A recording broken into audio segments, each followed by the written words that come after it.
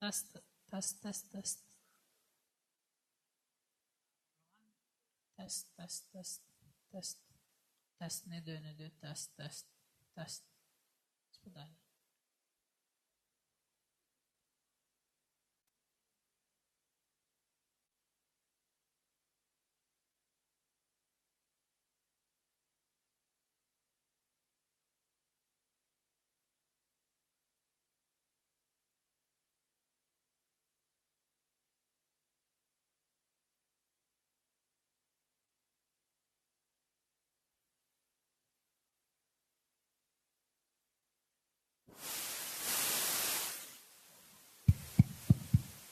Test, test, test, test, test.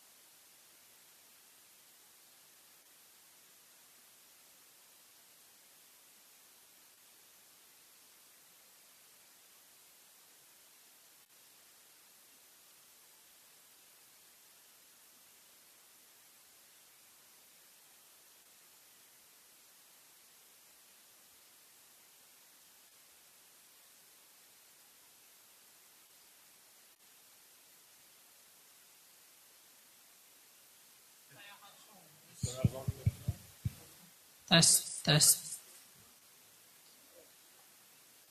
test, test, test, test, test, test, test, test, ne diyor, test.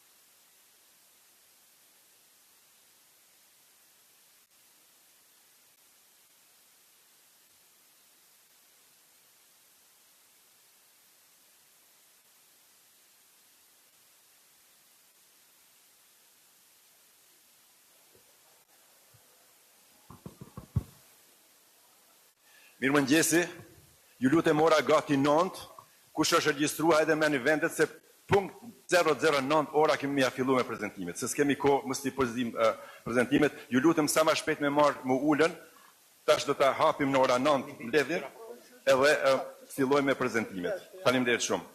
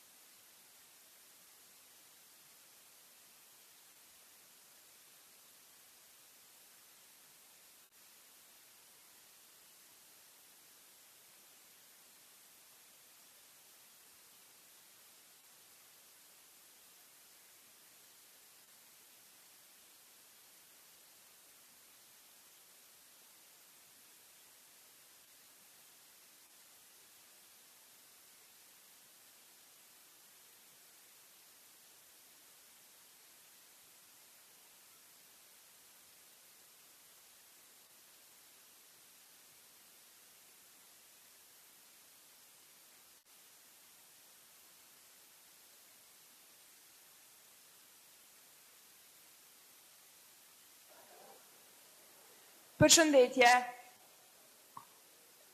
Lusim të gjithë të pranishmit në sallë, të ulën në vendin e tyre. Kongresi do të fillojë tani.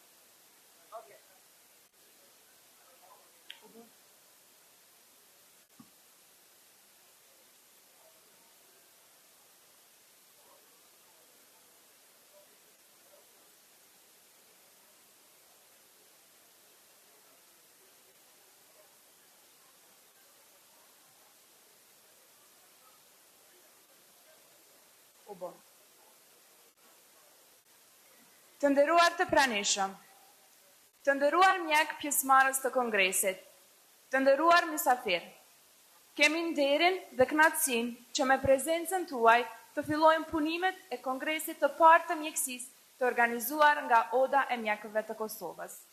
Më lejoni që para se të vazhdojmë me fillimin e punimeve, të ftoj për një fjalë hyrëse të hap punimet e Kongresit Dr. Naser Gjombalaj, kryetar i Këshillit Organizativ të Kongresit dhe Panairi të Parë të Mjekësisë. Dr. Naser, fjala është e juaja.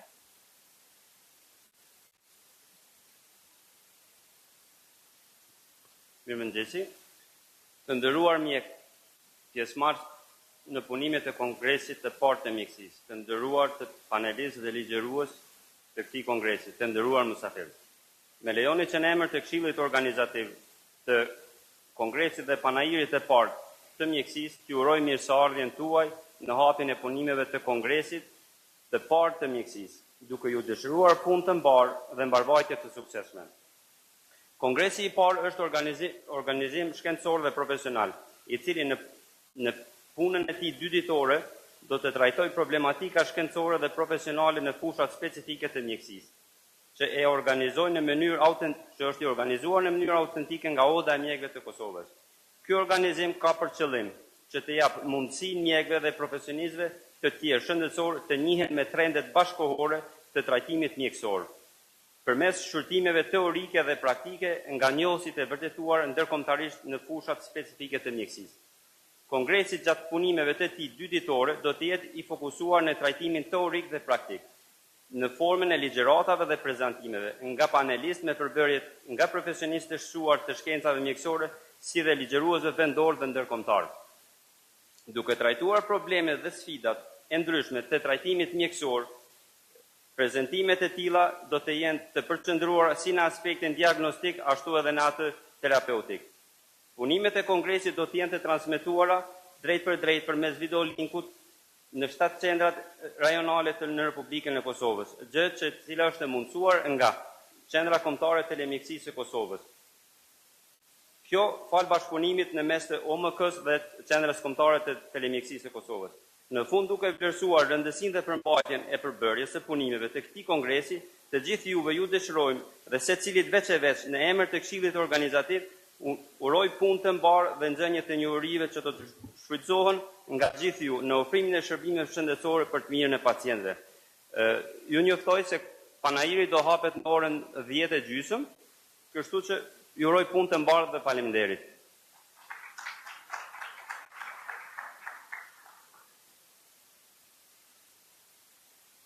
Ju faleminderit Dr. Gjombalaj. Tani në emër të Këshillit Shkencor, ftoj për një fjalë rasti profesor doktor Rifat Latifi. Profesor, fjala është e juaja.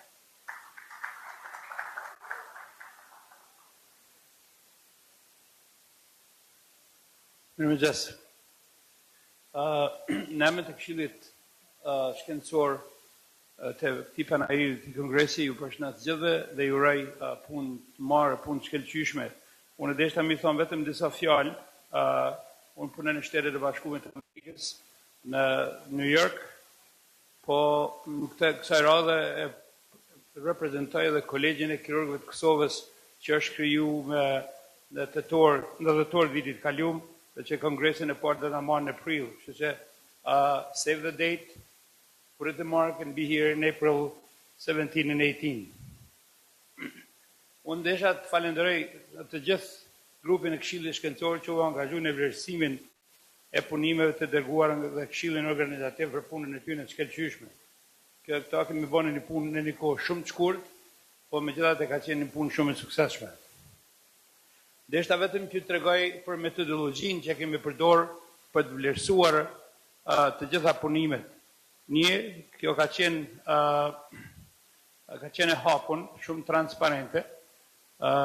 Pikat janë marrë në bazë të rëndësisë shkencore dhe originalitetit, prezantimi i abstraktit, metodologjia, pastaj analiza statistikore dhe rezultatet dhe më në fund konkluzione që do të jetë shumë i mirë që i përgjigjet dhe reflekton analizat dhe rezultatet që apo nuk reflekton analizat dhe rezultatet. Prezantimet do të jenë në këto forma: ligjëruesit mysafir, prezantimet orale, quick shot dhe case presentation apo electronic poster presentation. Ju falenderoj gjithë.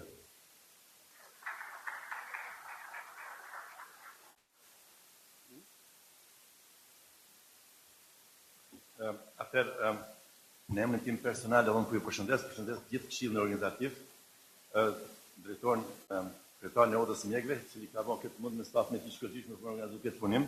Ne po fillojmë tash me prezantimet shkencore. Kam nderin sot pa i anashkaluar asnjë këtu të jemi përpall profesor doktor Rifatit, profesor doktor Cenit dhe dy mysafir dhe mentor dhe idol të mi profesor doktor Hans Fip, i cili është dhe shefi im dhe mentori im profesor doktor Ernst Antner. Pra, po ja filloj me prezantimin e parë, është profesor doktor Rifat Latifi, i cili do të flasë për rindërtimin kompleks të murit abdominal pas kirurgjisë së kontrollit të dëmtimit. Profesor Ruman. Dr. Ramadani, faleminderit shumë, edhe të faleminderit për kontributin tuaj të madh për Kosovën dhe për mjekësinë e Kosovës. Unë për 30 minuta të ardhshme do të flas për diçka që është shumë komplekse, sidomos për kirurgët e përgjithshëm dhe kirurgët plastik, por veç mas një interes i imi shumë i madh në këtë fushë.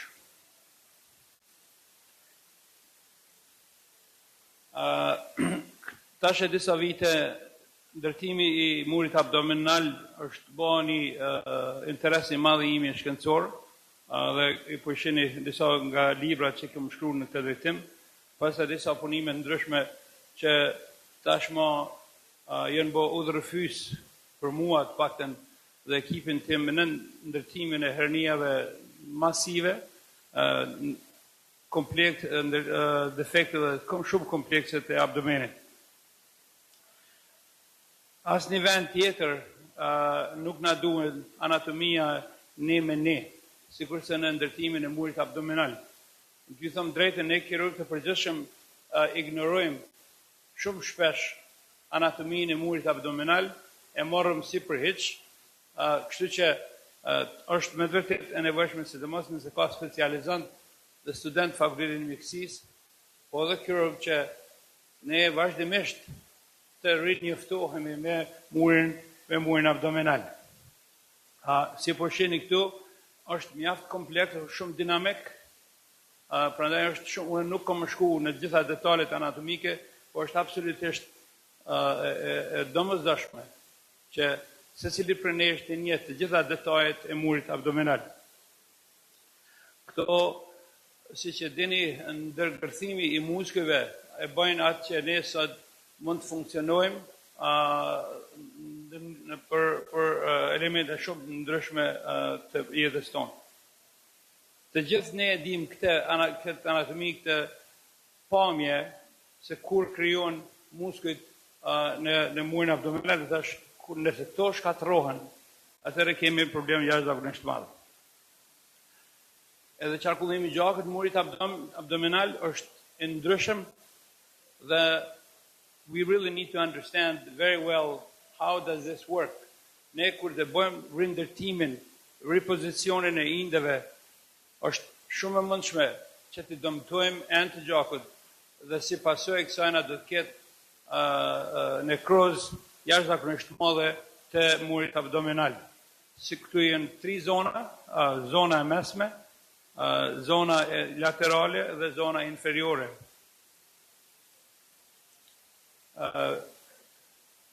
Drenazha venoze është me rëndësi të jashtëzakonshme gjithashtu, prandaj ne duhet ta dimë shumë mirë si kirurg kur të përdorim kur bëjmë të gjitha këto operacione. Operacionet të tilla janë jashtëzakonisht të dhëmshme.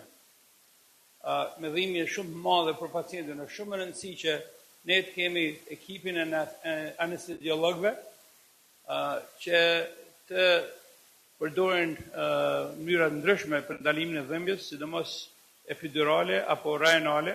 Prandaj edhe këtë duhet ta dimë shumë mirë, jo vetëm anesteziologët, por edhe ne kirurgët. Edhe më në fund drenazha e veneve, edhe kjo është me rëndësi madhe, sidomos të gjitha perforators në krijimin e murit abdominal. So what is really complex abdominal defect? Çka do të thotë kompleksi, çka do të thonë defektet komplekse abdominale? These are the ones. Këto janë ato që ne i shohim në praktikën tonë përgjithshme, në praktikën e shpeshtë, fatkeqësisht, edhe është me rëndësi se sa kur t'ja fillojsh më u marrë me këtë problem, shumica e kirurgëve nuk kanë nevojë, nuk kanë dëshirë, nuk kanë durim më marrë me këtë problem, kështu që praktika jote do të zgjenohet jashtëzakonisht shumë. Është shumë komplekse kur nuk mundesh me mbyll abdomenin në asnjë mënyrë, e sidomos gjatë traumave të mëdha që kemi. Apo kur shkakton herniat që shkaktuan herniat të mëdha, sikur që po shihni këtu, apo ndonjë katastrofë abdominale për shkak të iskemisë, si po shihni në këtë fotografi, e prandaj këto apo hernia të ndryshme, e në këtë rast duhet bo ndërtimin abdominit kompleks. Apo kur fistulat kanë një output aq të madh që unë kam kriju një emën për këtë, thuhet Fistula City, qyteti i fistulave. Apo kur nuk din se çfarë pjesë të zorëve ke në dorë, është merr, ndërtet është shumë një gjendje shumë e rëndë për kirurgun kur i merr zorën në dorë, nuk din a ke zorën proksimale apo distale, apo ke diku në mesëm, apo zora trash apo zora holl.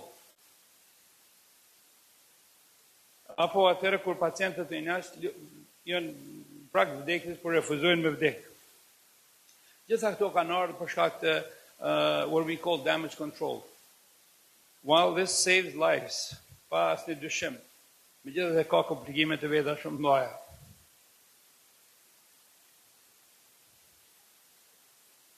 So, për me ndërtu këtë muri abdominal, ne e morëm, mendojmë se tash pacienti nuk është infektuar, se nuk është septik, se është në gjendje të mirë ushqimore, edhe undergoes all these operations. Po, pyetja ma elementare është, can we fix this or should we fix it at all?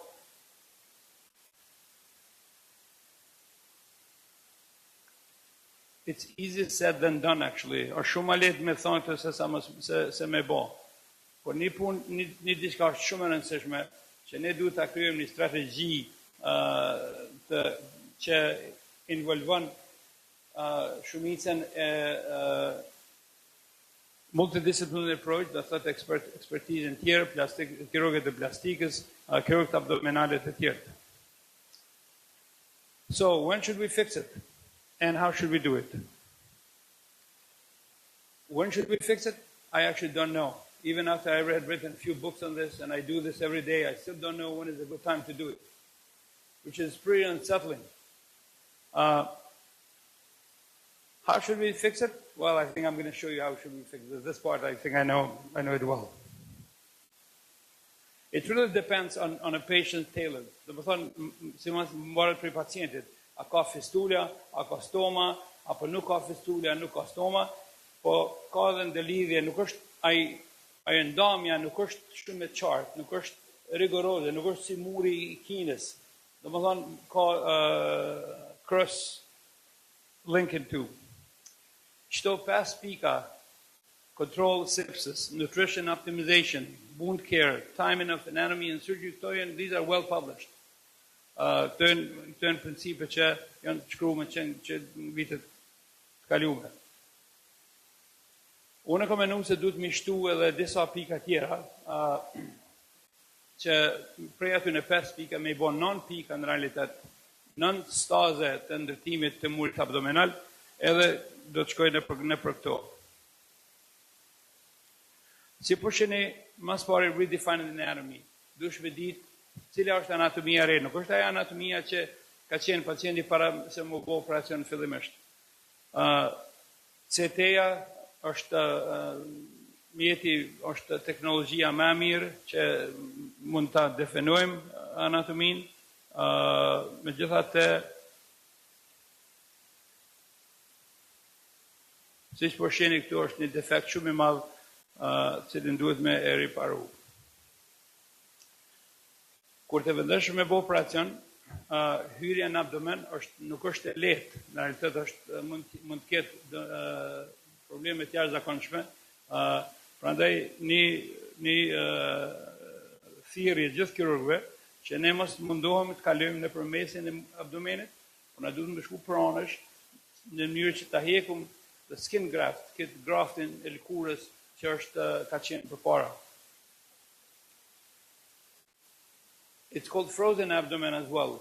And frozen abdomen is njëjtë, si më mundu me hyn këtë akullin në Helsinki, apo me hyn të abdomen, it's really, really difficult.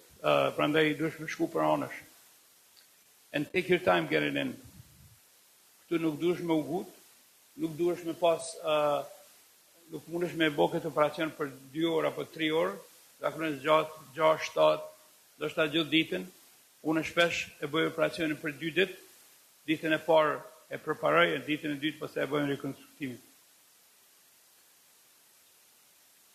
Çështja më e rëndësishme është se shumica këtyre pacientëve kanë pasur ndonjë mesh të pasur në mesh përpara, që është zakonisht sintetik në shumicën në vendeve të botës, përveç në Shtetet e Bashkuara ku tash ne përdorim meshin biologjik. Hjekja e meshit është me rëndësi shumë të madhe, si po shihni në këtë video, dush me pas me kujdes, edhe dush me hek vetëm meshin, jo me hek vetëm protezën, jo me hek në pjesë të indërve për shkak se kjo do ta rritë edhe më shumë defektin e abdomenit.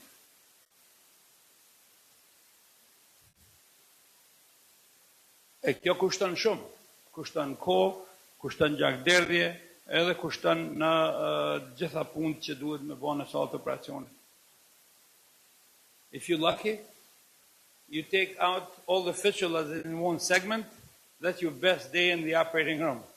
E ke gjysmë metre zore hjek, e pastaj e bën anastomos. Anastomosin duhet me bën me dorë, jo me stapler, për shkak se edhe duhet me përdor këtë teknikë që po e shini. E pastaj ndërtimi I murit abdominal. Tash më parë duhet të jenë multidisiplinar, nëse mundi me përdor indet e pacientit shumë më mirë, nëse jo atëherë duhet me përdor ndonjë mesh biologjik apo prostetik apo sintetik. Pastaj duhen edhe disa elemente tjera që duhet me shtu se zakonisht të defektin shumë të mëdha, nuk ka mundësi me I pru ante abdomenit me I bashku, prandaj duhet me përdor component separation. Component separation, don't everyone think that it was created by some guy in Shtetet e Bashkuara by Ramirez. In fact, it was described Albanese në 1951, po si po shihni edhe përpara është përshkruar. Now, how to place the mesh and where should you put the mesh? And what kind of adjunct techniques you should use? Ato teknikat që ju thash përpara. we have to remember this picture again. So for those of you who ever would venture to do this, imprint in your brain this picture. Take a picture, remember it, study it, because this is your best picture that was published recently in World Journal of Surgery. Disa forma ku veçit meshit, po në kohët funit, si që do t'ju tregoj ma vonë, unë po e përdoj teknikën retrorectus at most cases. Component separation, ti mundesh me fitu shumë hapësin. You can get up to 10 centimeters in mid-abdomen in one side, so which means 20 centimeters. 20 centimeters defect, mundesh me bashku indet zbashku. Anterior, so component separation është I dy llojeve. Anterior component separation and posterior component separation. Kjo është anterior component separation, si po sheni. Rectus muskit rectusit, në anën e djathtë, në anën e majtë, edhe përthej ndohen linea semilunaris, edhe këtu fillon fiton një sasi të madhe të hapësinës. Ju thash më përpara se shpesh duhet me bë me 2 ditë, se është jashtëzakonisht vështirë edhe për pacientin, edhe për kirurgun. Prandaj bën 5-6 orë në ditën e parë, pastaj disa orë ditën e dytë. Ky është një rast që unë e bën për 2 ditë. Ditën e parë që një vicral mesh, e pastaj you close the abdomen veç me indet pacientit. This is underlay. Underlay kur është ose intraperitoneal. Kjo është underlay with a component separation, do të bën ndan komponentet anteriore, edhe pastaj e fut meshin në abdomen. Krejnë disa raste, duhet përdorët njëjtën teknik, anterior component separation with underlay. Shpesh nuk ke mundësi që ta bësh whatever you do, it doesn't matter. You cannot put together s'mundesh me pru indet bashkë. Prandaj në këtë rast duhesh me përdor një urëzim ose interpozicion të meshit. Dhe këtë e bën shpesh herë duhesh me bë underlay, but veç nëse e lidh ose nëse fikson meshin mu në pjesë më mediale, atëre është herniat janë gati 100%. Kësyse, prandaj duhesh me bë një underlay mrenda. Cover the mesh if you can, because you will have some real issues. So if you have extra skin like this particular patients, cover the skin, it will be really best. Oftentimes, particularly when you're new and you don't know how to do this, it's really difficult to put the mesh under. So e qet meshin në pjesën anteriore ose onlay. Ky është një pacient që unë ai djali që ju tregova e pa grafin me native mesh, native tissue. Unë tash kohët e fundit e kam ndrur teknikën totalisht prej asaj anteriore në posteriore. Edhe rezultatet janë me të vërtetë mira, sidomos në rastet akute të pacientëve që kanë pas damage control surgery apo kanë pas në katastrofë intraabdominale. Më falni, ju lutem, po më duket veçja si në koncert. Keni nderin me ndëgju një prezantim I cili në është prej më të mirë në botë, atje po më duket veçja si në koncert me qenë, ju lutem që ata që nuk kanë interese me ndëgju, me dalim jashtë në bëjmë avet që ata që kanë interese me të pinë, në të dëgjojnë, dhe të bënë qetësi, se s'ka kuni farë karaktere, dhe s'ka kuni farë respekt në profesorët, që ka prej Amerikës në prezentuar dhe tu almos në koncert. Ju falenderit shumë për mikuptim. Unë e vazhdoj ligjëratën kur nuk e një asnjë zonë në dhomë.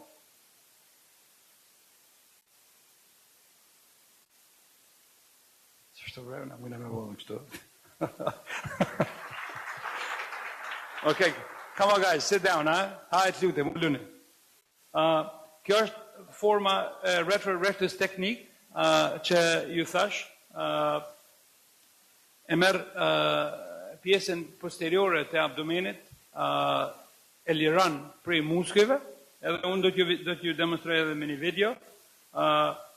Pastaj e mbyll pjesën posteriore të abdomenit, e fut meshin këtu, edhe pastaj e mbyll abdomenin këtë. Ju thash që kjo është fotografia më e rëndësishme që keni që pat ju këtu. Përveç ato fotografitë e para të anatomisë, se këtu pastaj e din ku duhet me fut mesh. Let's see this video if it works. Now, see the flame? Në më thonë, e identifikon muskët, ja fillon 1 cm e gjys prej linja alba, në mënyrë laterale.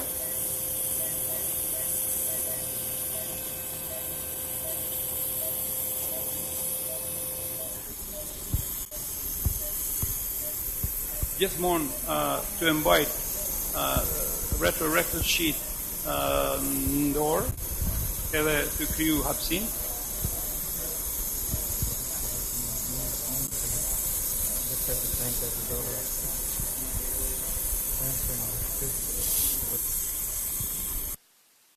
Kjo nuk është shumë e vështirë kjo operacion me bë, po megjithatë duhet praktik, duhet me pas, sidomos është mirë që me bë ushtrime në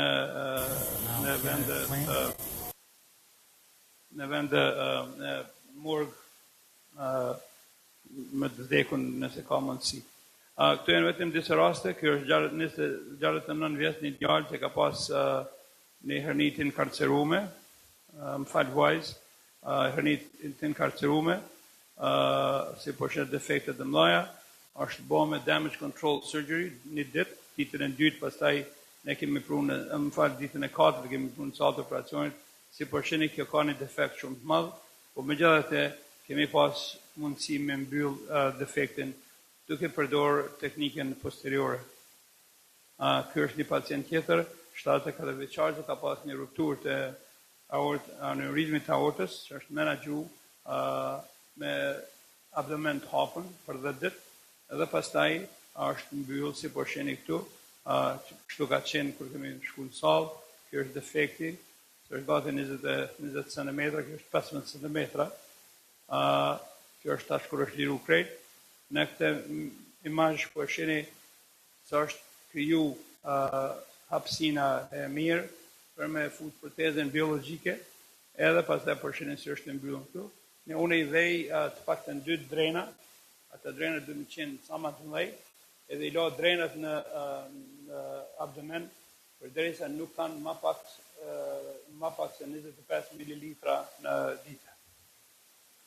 Kjo është një rast tjetër, 74 vjeçar, që ka pas një rupturë të abdomenit për shkak të traumës, këto janë jashtëzakonisht vështira, po megjithatë se ka pas një pjesë abdomenit që nuk ka ekzistuar në pjesën e djathtë. Një grup tjetër që pacientët që janë jashtëzakonisht vështirë me punu me ta, janë ata që kanë cirozë, që kanë asit, po edhe që kanë herni umbilikale. Edhe ajo rrjedh shpesh, e këto ne e përdorim njëjtin teknikë, kemi pasur rezultate shumë mira.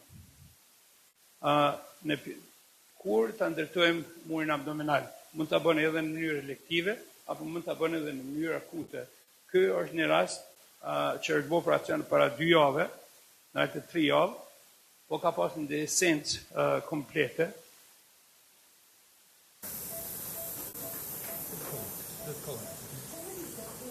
Në sa kom po këtë pacientin javën e fillume në zyre, edhe është jashtëzakonisht mirë. Ka pas një degloving injury, ku ishin një zorë që janë mund në ndëkur, për fatina zorë kura nuk është të hisu.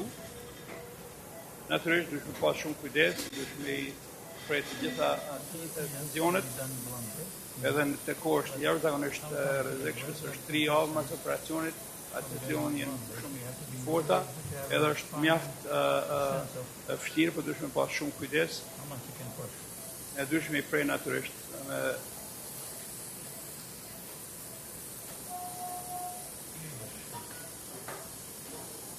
shumica për këtyre tensione mund shkatërrohen me gisht, po duhet të qenë i kujdesshëm. Si po shihni që ka pas një obstruksion se në zorë të nume, e kjo është ajo pjesë që përdojt njëtën teknikë posterior component separation ose ndamja posteriore e komponenteve. Ishe gjitha ishe ente gjakut shumë të mira, edhe është mjaft vetëm shumë shpejt, eksperiencë nuk kemi pas për 2013-2029 kemi pas 224 pacienta, I kemi ndonë 2 grupe, pjesa akute apo dhe pjesa elektive, rezultatet janë të shkëlqyeshme, edhe nuk ka dallim prej grupeve a janë elektive apo janë në mënyrë akute kur ka qenë dhe esenca parë. Edhe por një punë është shumë e qartë se ata që kanë qenë që janë bërë në mënyrë akute kanë pas ditën në spital kanë qenë njerëz apo në shkurtë në krahasim me grupin elektiv. So in conclusion, early complex abdominal wall reconstruction is safe, even in higher ASA scores, the hernia working group. Gjithë neve që merrem me hernia duhet ta dimë këtë klasifikim. Edhe ndërtimi I murit abdomen në kushte akute është absolutisht I mundshëm edhe I pranueshëm. Ne do t'i prezantojmë të dhona në Western Association of Surgery next month. Prandaj nuk më shkon gjithë ato detale. Ju faleminderit shumë.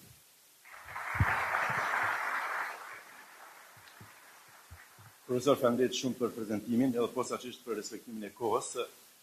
Profesor, vetëm se pak për pyetje diskutim. Po. Përshëndetje. Para se vazhdojmë tutje, desha me bëni një njoftim shkurt. Një numër për jush jeni regjistruar për të marrë pjesë në punëtoritë që po zhvillohen paralelisht me këto prezantime të punimeve. Punëtoria që po ndodh për momentin është këshillimi virtual për kontraceptiv. Nëse vetëm jeni regjistruar për këtë punëtori, ju kisha lutur që të shkoni workshopi po mbahet në katën e dytë, është më një herë ndalje në anën e djathtë. Të drejtë pjesëmarrje në këtë punëtori kanë vetëm njerëzit që paraprakisht janë regjistruar në sistemin online, veçanëse emrat e tyre ndodhen të renditura në një listë dhe nëse nuk keni në këtë listë nuk keni mundësi pjesëmarrje. Po ashtu, për të gjithë mjekët pjesëmarrësit e kongresit që po hynë në vazhdimisht në sallë, ju kisha lutur që të ulen, ka vende të lira shumë, për arsye që duhet të respektojmë kohën dhe mundin që prezantuesit kanë bërë për punimet e tyre, edhe t'i dëgjojmë në gjendje qetësie pa pengesa nga ana e jashtme. Faleminderit shumë. Faleminderit shumë. Profesor, kam një pyetje unë si traumatolog, unë po punoj komplikun tash. Dhe ndëgju këtë prezantim po më duket që me siguri bën shumë gabime të ofruar se ne se respektojmë çfarë do të më jafuti mbrit buk deri në komplik, si duket duhet pak më shumë kujdes me pas për me I prevenu këtyn e komplikimeve, ha? Natyrisht ne duhet kemi kujdes edhe komplikimet që ngjajnë në kirurgji janë të kirurgut. Doktor Gazman Shaqiri, kur kam qenë student I fakultetit I Mjekësisë, na thonë të neve studentëve, nëse pacienti vdes në spitalin internes, vdes nga smundja. Nëse vdes në spitalin e kirurgjisë, vdes nga vendimi I kirurgut. O me bë operacion ose mos me bë operacion. Prandaj ne duhet ti kemi këto komplikimet tona, ne duhet me marr përmirësi përsipër edhe mos më tut pi tyne, se vetëm nëse I rregullojmë rastet më të rënda ne bëjmë kirurg më të mirë. Faleminderit, a ka ndonjë pyetje për auditoriumit? Por Çfarë mikrofonin? Profesor Faton Hoxha. Përshëndetje, I nderuar profesor. I thash doktor Gzim Lipovecit, se më ka rënë shumë kongrese në Evropë, u shku më herët, jeni shumë I çmuar atje. Shpresoj që duhet njerëz tonë të çmojmë edhe këtu. E ndaj brengen edhe me shumë kolegë me që miremi me këtë mbylljen abdomenit vështirë. Kisha dashur që ta vazhdoni për krahjen që na keni dhënë librin e parë me përgjegjësitë juaj pa parë. E pas dytën më erë më shtun apetitet. Gjithë kolegëve që janë të interesuar më shumë më na dhon, edhe punën e grafteve janë shumë shtrejta për ne, na shumë sende mungojnë. Shumë problem. Dëgjova që kishit pas planifikuar ndoshta ndonjë operacion me bë, se ka njerëz që kanë nevojë. Edhe njëkohësisht learning by doing, se ndryshe mi pa në internet tash po na duket që lehtë është, dhe kur djesitën se di shokët e mi, kolegët e mi, nuk është lehtë. Pres që të vazhdoni për krajën. Faleminderit. Kjo është pyetje shumë e lehtë. Po. Faleminderit profesor. Për shkak të kohës ne po kalojmë te prezantimi tjetër. Kam nderin unë dhe keni nderin ju para jush me fol docent Dr. Orner, ish shefi im, ish dhe është mentori im, i cili i falenderoj gjithë karrierën time, i cili do të flasë mbi rekonstruksionet komplekse të pjesës së mesme dhe të pasme të shkutës. Nada shpind, po stik shpind. Problem teknik, po shpresojmë që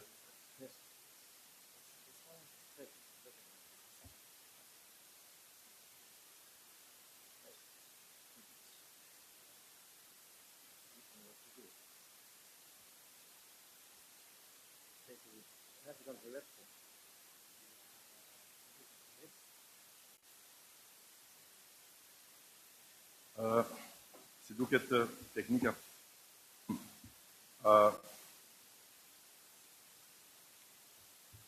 presim nështë me laptop direkt me konektuar mësë po zgjidhur këti problem.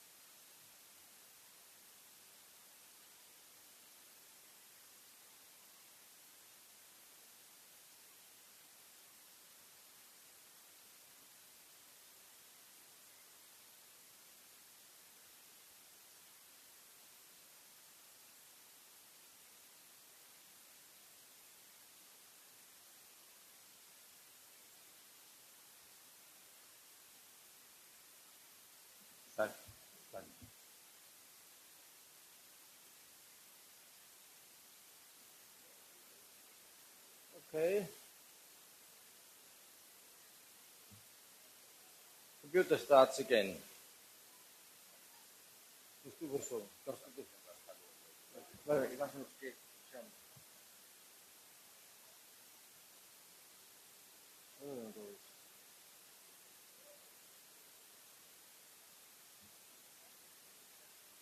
Right.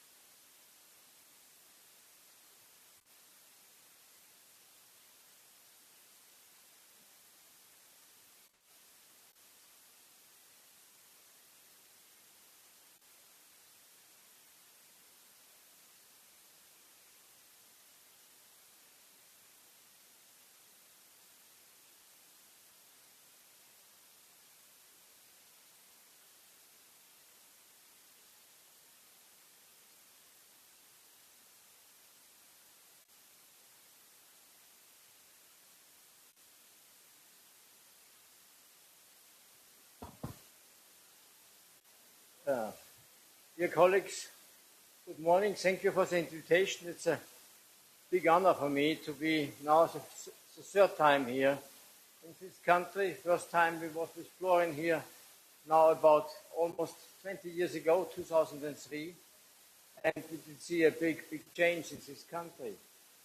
My topic is reconstruction of the malunited foot. But we have seen the last talk, reconstruction of the abdominal wall. I am dealing with feet, and if you look at this big operation on the abdominal wall with feet, you become smaller and smaller, and you see what can really be done in the abdominal surgery. But reconstruction of the malunited foot is a very, very tough thing. Yeah. Ted Hansen, who lives in Seattle and is one of the grandmasters. We have a second grandmaster here in our room, Professor Zwipp, but the American grandmaster is Professor Ted Hansen in Seattle. And before he retired, he said very, very interesting. After his work of 40 years in foot surgery, he said, if it looks good, it works good. Yeah?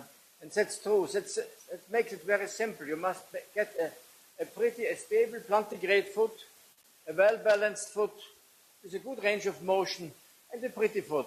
Especially for women, it's necessary to get a beautiful foot, and then they are happy. And that's the basic for the planning. If you have a malunited foot or a not very beautiful foot, you must check the foot.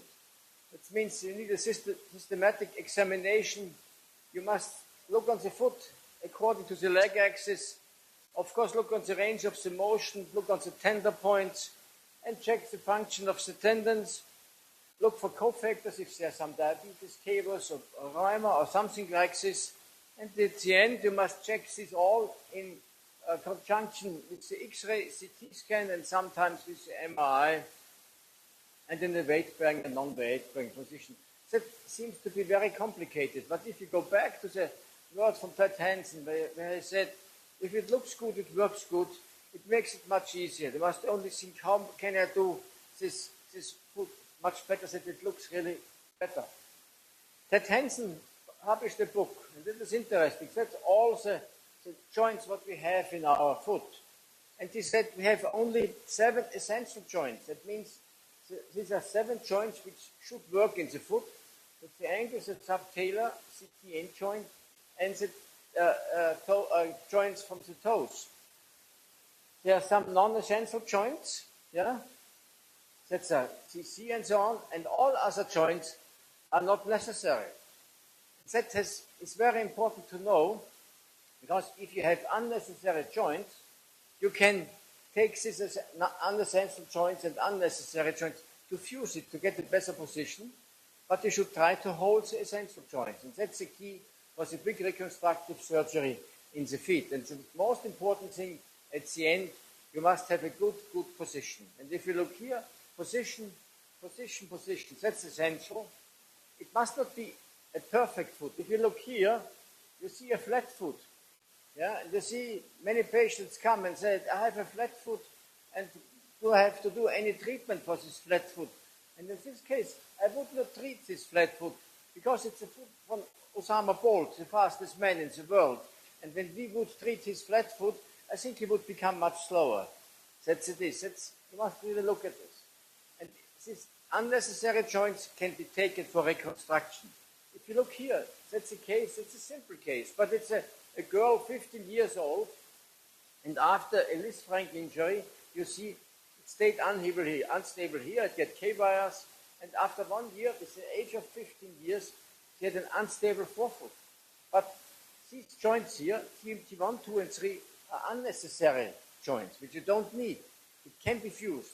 And the key in this case, even in a young child, is to fuse these joints. And at the end, you see it here, you fuse these joints, and at the end, it's fused, and the patient is totally happy with the result, because it's now pain-free and stable. And you have fused only joints which are not necessary. And that's the final clinical result. Now I'll show you a lot of different cases, because cases show most what can be done. In the hind foot, the ankle joint, which is the joint which moves up and down, is an essential joint. The subtalar joint too. The CC joint, calcaneocuboid joint on the lateral side, is a non-essential joint. That can be fused or resected if the other sides are stable. And if you look at the beginning to an ankle fracture, you see here this malposition of the lateral malleolus. Of course, this should be corrected, and with the correction osteotomy. It's that simple. But in the pylon fracture, it comes a little bit tougher. Yeah, It's an ankle joint. The ankle joint is an essential joint, yeah.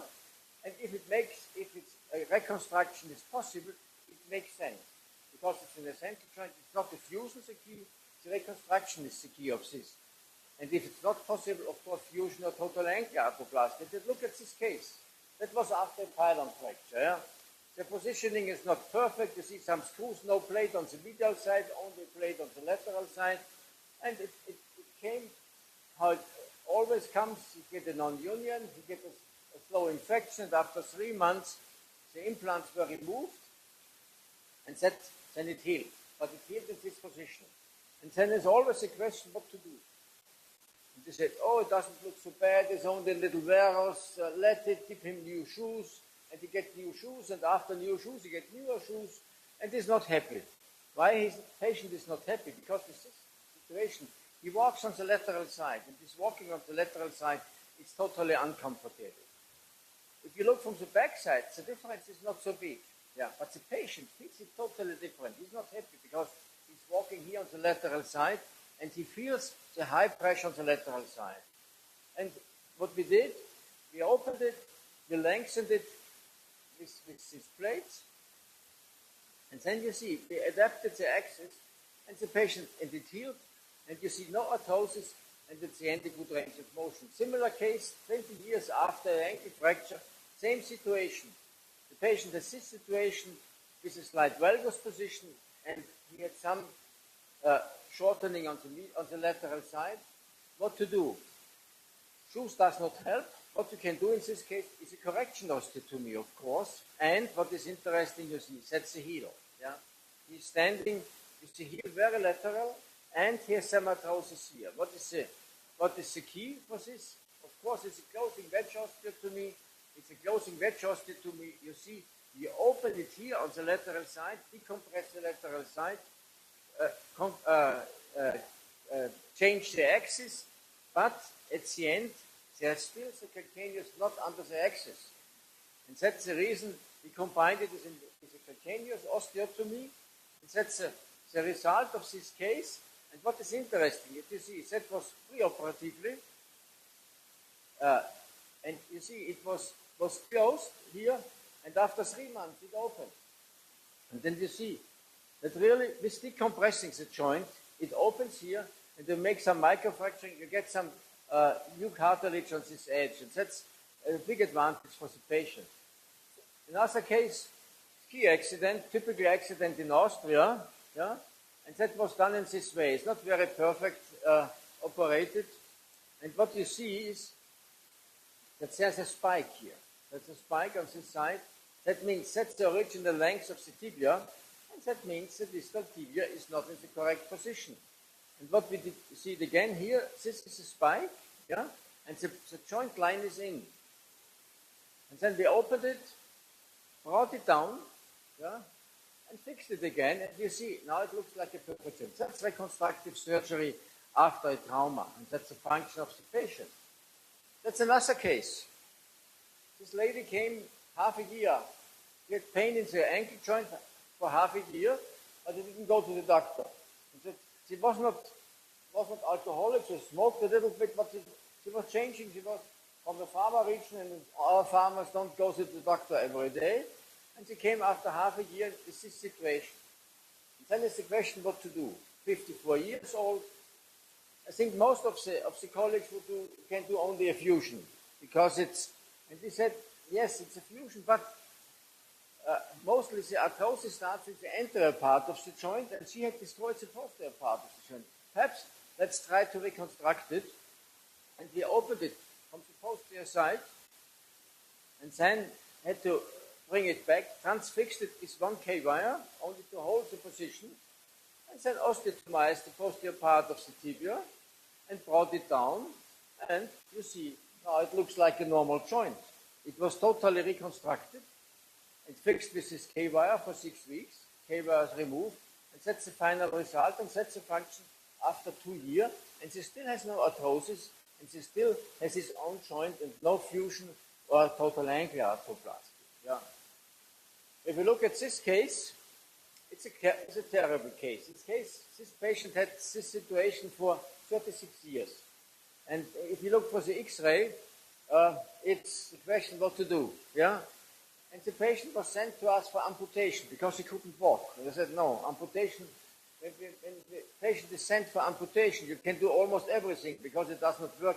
You can always amputate the patient. That means you can do it only to become better.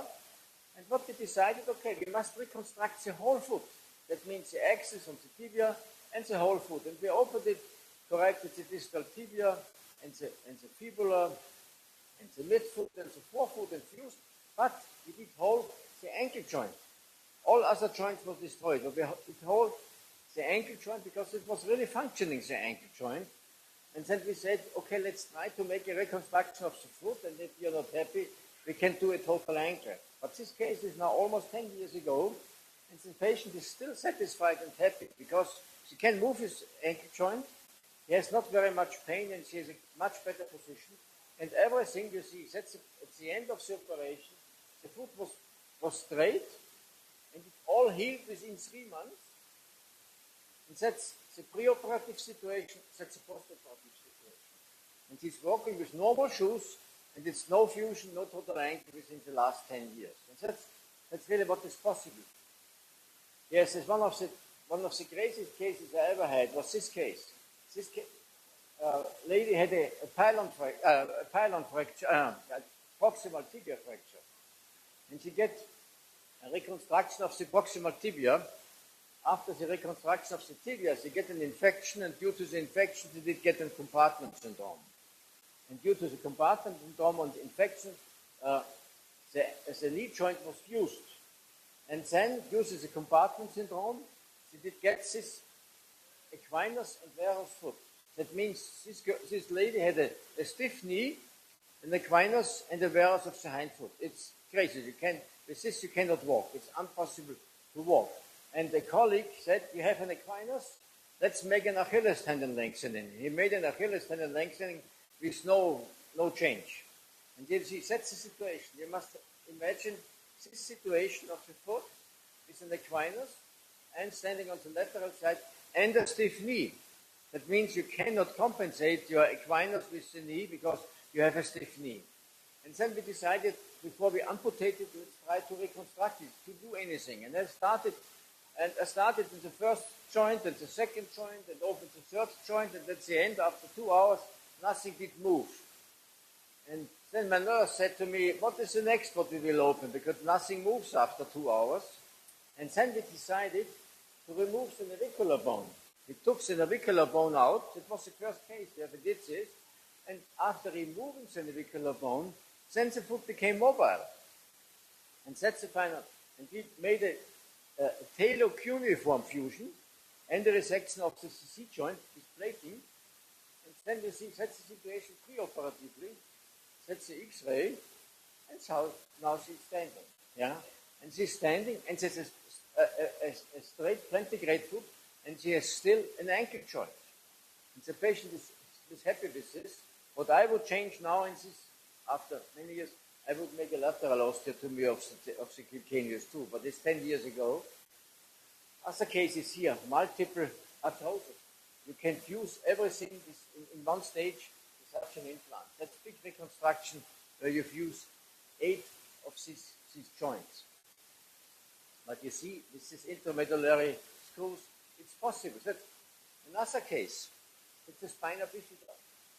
And the spina bifida has an almost incomplete paraplegia, but despite this paraplegia, you see here on the heel, she had a problem. There's always opening wounds, and she was standing in this position, yeah, at a varus of about 90 degrees. And the question, what to do in this case? And again, we did the same. You see, so is the patient lying with a 90 degrees of adduction. And we opened it, and then again removed the navicular bone. And with removing the navicular bone, then the foot gets totally mobile. In general, it said you can remove the talar, so we can make a total talectomy. But with a total talectomy, it gets a stiff foot. With removing the navicular joint, it stays mobile. It stays mobile. We opened it, and then at the end, you see, it's a talocuneiform fusion and CC fusion only with 3 screws, and within 8 weeks it healed. Shortening, correction with shortening, you have a soft tissue decompression and they get no wound healing problem. And you see within 8 weeks, it's possible. Someone's working here, yeah? And that's the final result of this case. You see, now it's it still is spina bifida, but the patient, it healed and the soul is okay. Oh, this case, yes, it's a case for Hans. He is a specialist in calcaneus fracture, and it was a calcaneus fracture, and it was treated with these K-wires. That's the surface of the calcaneus. And I don't know what the surgeon did think with it, but he had a brain injury too with a ski exit. That was a hindfoot fracture in a ski boot. If you know how a ski boot is looking like, to get this fracture is unbelievable. But it was healed, and then that's a really healed spur. Yeah? The patient really has a healed spur here. And the question is what to do in this case. Because he has no range of motion in the ankle joint, he has a heel spur, and of course, a totally malaligned hindfoot. The patient was really unable to walk, if I think it does not work. Yes, you see, when he tries to walk, he had so much pain from his heel spur that he really could not walk barefoot. Yeah? That was the patient. And then, what to do? And we were operated in this incision. We made a longitudinal incision in the middle. Yeah? We can cut really the hindfoot totally. And then you have a very good overview if you resect the soft tissue. Resected the lateral wall, put in the lateral wall and the subtalar joint and fused it. And at the end, you see, the distal tibia went up. The hindfoot was reconstructed, not totally, but as good as possible. But at the end, what is interesting, the healing with this incision, this straight incision, is very good. And that's the final result. And the patient now is standing normal and is walking in his old profession again, and walking with normal shoes. A new option, what we do now, is microvascular transplantation for these problem cases. I show you this case. That's not a foot fracture, it's a tibia fracture. It was operated 5 times before in 5 weeks. And then you see here a little bit the plate, and you see it's an infection, it was a split skin graft. And then what to do? And we know in general, in this case, this bone will be resected. And then you make an Elisaroff, and then if you look here, about a Elisaroff for 10 or 12 centimeters, that means it's at least a 1 year consuming procedure, sometimes longer. That it is. What we did, we removed also that bone, and then, despite the low-grade infection, we made an intramedullary nailing, and make the dermatoperiosteal flap, but what is really important, we made a periosteal transplantation, which was taken from the medial femoral condyle. Only periosteum with some bone shells. That's the situation. Here you see the nail. We flap on it, and that's the final situation. Yeah, donor side and so on. And that's post-operative. That was in 2011. You see here, it's only almost nothing of bone. You see the big defect, the nail, and nothing. And then you see here, only no bone graft, no antibiotic beads, nothing. Only the periosteal flap. And that you see, and that's what, after 1 year, the whole bone came back. Yeah? And after only this periosteum, and this periosteal transplantation is one of the best things we really have seen in the last years, especially for this situation, or especially for dead bones. Yeah, so they can go over, sorry. Or in this case, that's another case, yes. Patient came with this situation, and he's walking in this way. Yeah. And you see it's unstable on the lateral side. It's a caboose foot, but he's a heavy worker, working with orthopedic shoes. And that's in AP, it doesn't look so bad, it's a varus, but from lateral, it's a caboose foot.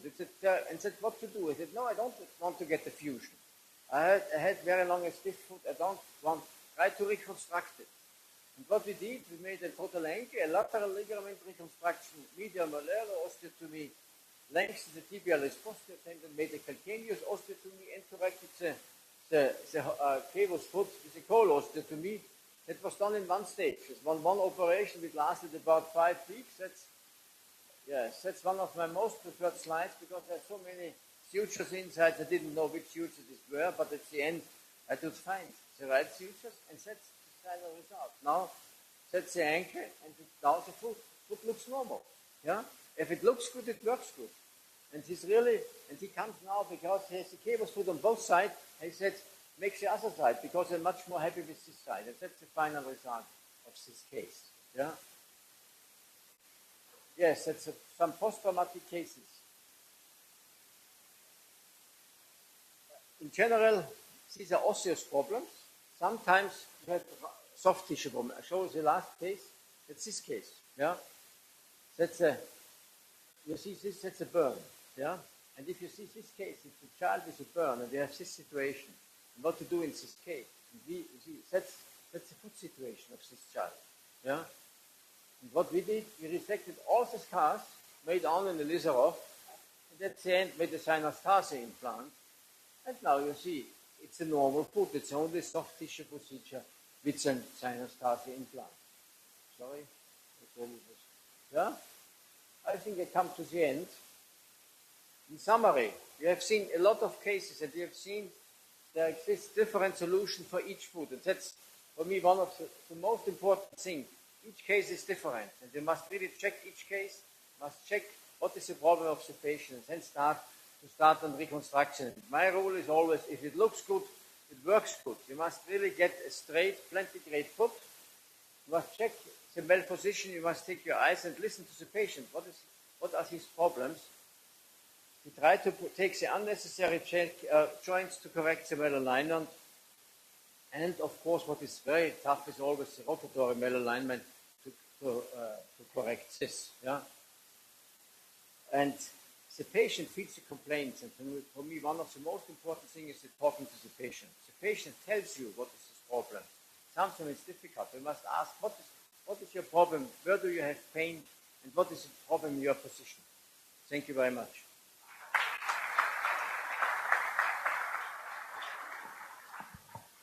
Thank you very much for a very interesting topic. Any question from the podium, please, for Professor Ortner? Yes? Of course, Professor Zip. Yeah, so congratulations. You showed us dramatic cases with good solutions. So just explain what you did with the case with a big bone defect.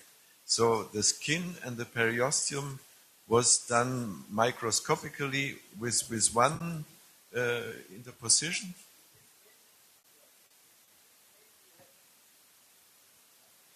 In this case, we had the problem that we had a soft tissue defect and a bone defect.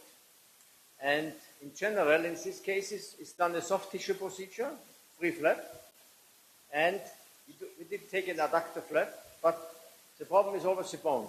First, you must cure the soft tissue, but then what to the bone? And what we did, we made a soft tissue reconstruction and took a periosteal flap from the medial femoral condyle. You take from the medial femoral condyle about 1 millimeter of the bone and the periosteum, and you get a flap which has a diameter of about 8 centimeters.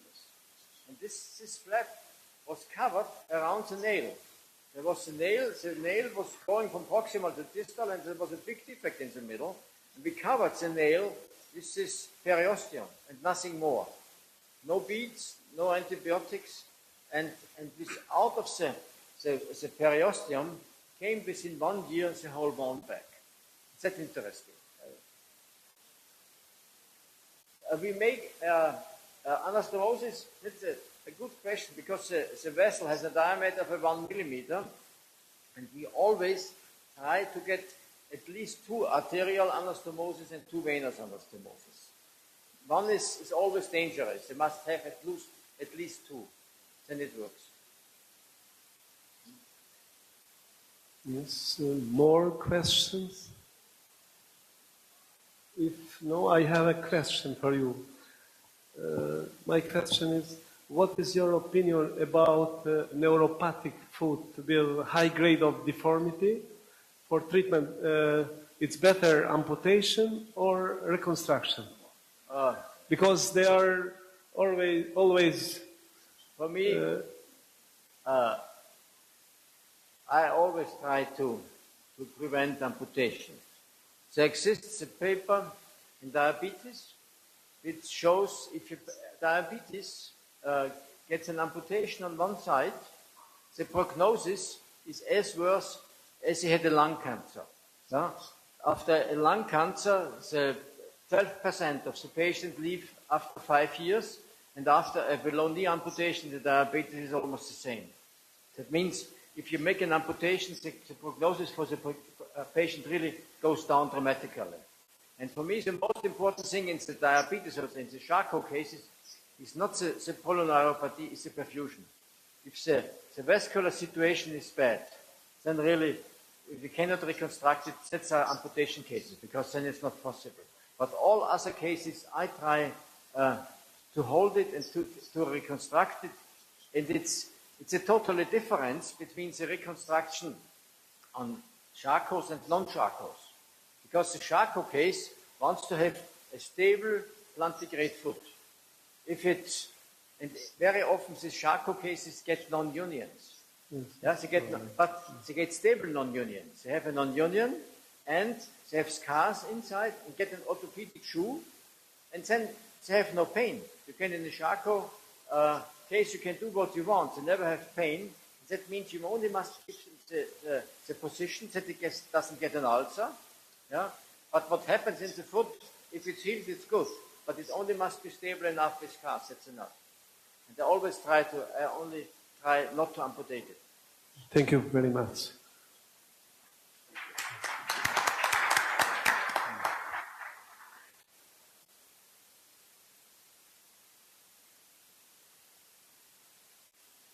Ligjërata e ardhshme do të prezentohet nga Dr. Xhavid Gashi, kirurg spinal, dhe Mëngjesi.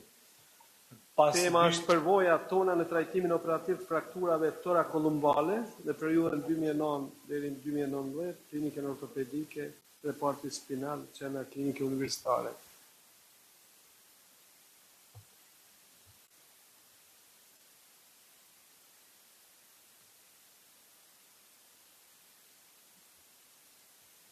Mirëmëngjesi, dashur ju falenderoj të gjithëve. Pas dy ligjëratave mjaft të suksesshme të profesorit Latifit dhe profesorit Ortner, ligjërata ime është sikur ai studenti kur 2-3 veta i marrin dhjetëshe, toni ai tjetri a më prezantua mos më të prezantu. Po e di që profesor Florini, profesor Ceni dhe ka jonë Zamergjane dhe besoj që i kalojmë. Probleme teknike jonë si konsult operacionit, ose s'punon bipolari, ose s'punon aspiratori, gjithmonë diçka.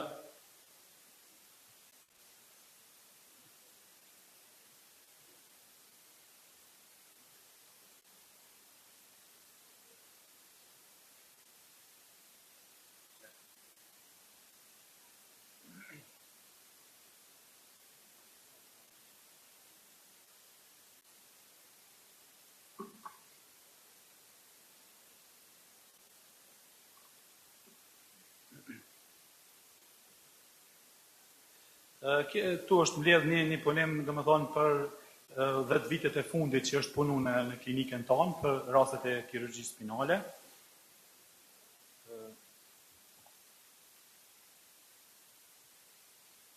A bën edhe njerë ndihma se s'është i punu kjo.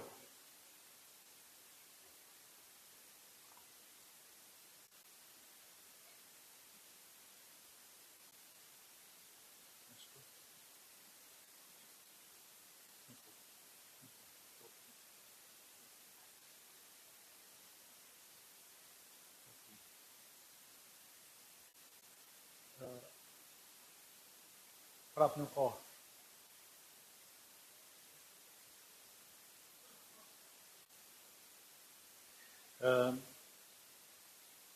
Në frakturat spinale, dhe shumica e frakturave të boshtit korrizor të nivelit torakolumbal, përfshin 90% të këtij nivelit, 55% të këtyre frakturave janë në mes T19 dhe nivelit L2. Brez frakturat janë më të shpeshtat. Të gjithë pacientët të cilët kanë traumë multiple, duhet mu evaluar edhe për këto fraktura. Te na ka dalë që shkaktori më i madh është aksidentet në komunikacion, shkaktor të këtyre frakturave. Mashkujt janë shumë të atakuar se femrat, si mbas na që kemi numrat tonë. Trajtimi kirurgjik, do më thonë, duhet gjithmonë të bazohet në ekzaminimin neurologjik, shkallën e deformitetit dhe instabilitetit, edhe shkallën e kompresionit e kanalit spinal. Gjatë periudhës në maj 2019 dhe tani në shtator 2019, në klinikën e ortopedisë janë trajtu, po flasin veç për traktura tëra kolumbale, 620 pacienta, në mënyrë operative, për atyre 408 ka qenë mashkuj, 212 femra. Grafikon, të tretmanim, qëllimi i tretmanit është imobilizimi i pacientit mas lëndimit, kortikosteroidet janë diskutu, nuk i kemi apliku, janë kontraverze nga ana janë, Ekzaminime gjithmonë shku ekzaminimet e radiologjike standarde CT dhe rezonancë. Në fillim kemi pas pak të lashe me rezonancë, pse po kërkohet rezonanca pas CT-s, po ma vonë e kanë pa kolegë gjithë që kena pas arsye dhe ata kanë pas mirëkuptim nga ana radiologjisë, që i falenderoj.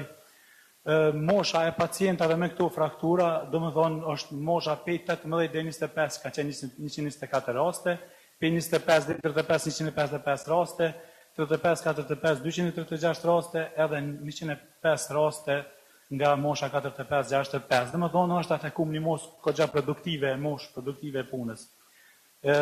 Distribuimi, dhe më thonë, në nivele është TH1, TH10 kanë qenë 15% për këtyne, TH11, TH1 është 55%, edhe L2, L5 15%. Bazum në mekanizmin, dhe më thonë të lëndimit është aksidentin e komunikacion të na janë shumë një problem shumë i madhë dhe nacional, 279 raste. Ramja nga lartësia është dhe një shumë shqetësuese për, sidomos për punëtor, masat mbrojtëse të punëtorëve nuk ekzistojnë të na ose fare ose pak, 155 raste. Vetvrasja, shumica në rasteve, të gjitha janë femra dhe të gjitha rastet, jo mas një ekzaminimi pak ma shumë të anamnezës, ka dalë që jo, ose ka qenë të shkun diqka farë për dritarës, ose shtu po faktikisht kanë qenë tentime suicidale. Sportit, në lëndimet sportive në 62 raste, edhe të tjera në 3 raste. Denis klasifikimi i kolumnave, edhe AO e janë si ortopeda e kemi shumë përqef klasifikimin AO-s. Klasifikimin të cilën na e përdorim edhe mas shumë të jemi të familiarizum është klasifikimi si pas Vakarës, e cila bazohet në komponentën në 3 komponenta, bazohet në morfologji, edhe e poentohet në ligamentin posterior, statusin neurologjik, pastaj gjitha këto mbledhen pikt, dhe pas asaj na vendoset indikacioni për intervenim. Këto është disa si i numrojmë. Do më thonë, për me vendos për intervenim operativ, gjithmonë e kemi këtë metode kemi marë, do më thonë, metodën e Vakarës. Nëse është 3 pik, e kemi vendos konservativ, 4 pik, është vendosje pacientit operativa konservativ, në shumicën e raste kanë vendos konservativ, se ekziston një tabu dhe intervenimit boshtit korrizor. 5 pik e tutje, të gjitha kanë qenë indikacione për intervenim. Kjo është në 3 pamjet edhe rezonanca se si mbledhen piket, është brust, është atakum kompleksi posterior. Kompleksi posterior, momentin që për këtë arsye shumë rëndësishme rezonanca magnetike, nëse na e vrej me kompleksin që është atakum kompleksi posterior, edhe klinikisht me njeri merë 2 pik, edhe tipi frakturës 3, edhe automatikisht në kuadrë të intervenimeve, për këtë arsye shumë rëndësi kompleksi posterior.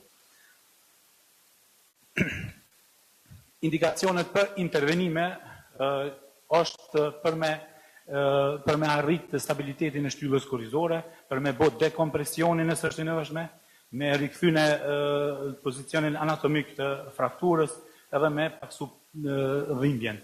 Indikacionet absolute nëse cilën rast është progresioni neurologjik. Nëse është progresioni neurologjik, është indikacion edhe urgjencë për intervenim. Lindimi i ligamentit posterior edhe do më thonë dislokimi apo zhvendosja. Indikacionet relative janë është me një neurologji inkomplete, do më thonë ka një deformitet kifotik më të madh, edhe pacientja, edhe dëshira e pacientit që ku ti tregojmë që duhet me nejt 3 muaj tutje në shtrat, thotë jo, nëse është mundësia operative që ma shpejt mund ngrit, e zgjedhin procedurën operative.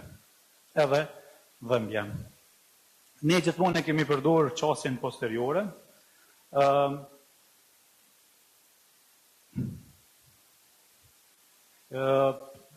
Post-operative ne kemi pas, do më thonë me ilaçe me ortoza, pas mes kirurgjisë e kemi ngrit në këmbë ditën e parë post-operative, kemi drenet, për mi prevenu kemi jep çorap për dekubit, shtrati antidekubitit, fraksiparinin gjithmonë, edhe me prevenu infekcionin duke i larguar. Komplikimet na u kanë paraqit në 49 pacienta, ne është me përfundim fatal 24 orë pas intervenimit, 8 kanë qenë me infekcionet të lëkurës së shkallës parë 2, dekubitus, 17 me komplikime si pasojë politraumës, pneumoni, infekcion traktit urinar, atelektaze të tjerë. 11 pacienta kanë përfunduar me paralizë si pasojë e lëndimit, po edhe përkund të intervenimit nuk ka pas rikthim në aspektin neurologjik, gjendje definitive. Këtu janë disa raste që i kemi prezantuar, është një fraktur elne, shihni që është në të dy pamjet, e kemi bo dekompresionin e pasën palcës, rentgeni post-operativ, ka qenë shumë mirë pacientja, vjen mas 1 vitit diçka, vjen me një radiografi të cilin i ka rrarë dhe të thyrja vidave, e kemi ripërgadit për intervenim, vret kifoza, i kemi nxjerr vidat që kanë qenë të thyra, e kemi vrejt që edhe me CT dhe me intraoperativ ka qenë një mungesë e ngjitjes, një pseudoartroz, e kemi ndihmu me kock, e kemi zgjatë fuzionin, e kemi rregullu kifozën, edhe pacienti është shumë mirë, dje ka qenë vizit, është bërë nanë për e tretë, pastaj është një pacient tjetër edhe këto, është frakturë elne, intraoperativ me skopi, e kemi bërë një dekomprimim, edhe këto radiografia post-operative edhe me një periudhë 1 vit e gjysmë shumë mirë. Vjen pas 2 vjetëve përsëri me një thyrje të vides. E sheni do më thonë në L2 që është 2 vida, po në këtë rast nuk e kemi nxjerrë viden, sepse pjesa e pasme ka qenë e fiksume, edhe pacientja nuk ka qenë shumë e motivume për intervenim, se ka bo pjesën atë grupin e 31 rasteve që ka bo suicid, tha jo mirë për një vetën edhe se kemi vendosë. Po këtë punim e bona me të regu fragmentin e mrenshëm kockor, 2 vjetë mrapa intervenimi, do më thonë kër është bërë thyrja, shihet se është bërë restërbimi i tërë fragmentit kockor, do më thonë mrena palcës. Do më thonë nuk është, kjo është më shumë me të regu se qasja operative laterale apo anteriore është e pa nevojshme sepse restërbohet fragmenti kockor. Këto në rast të tjera, do më thonë, kjo është me një ruptur traumatike durës, një djali i ri, është bo, do më thonë, kemi bo suturën direkte, ka rikthim të mirë.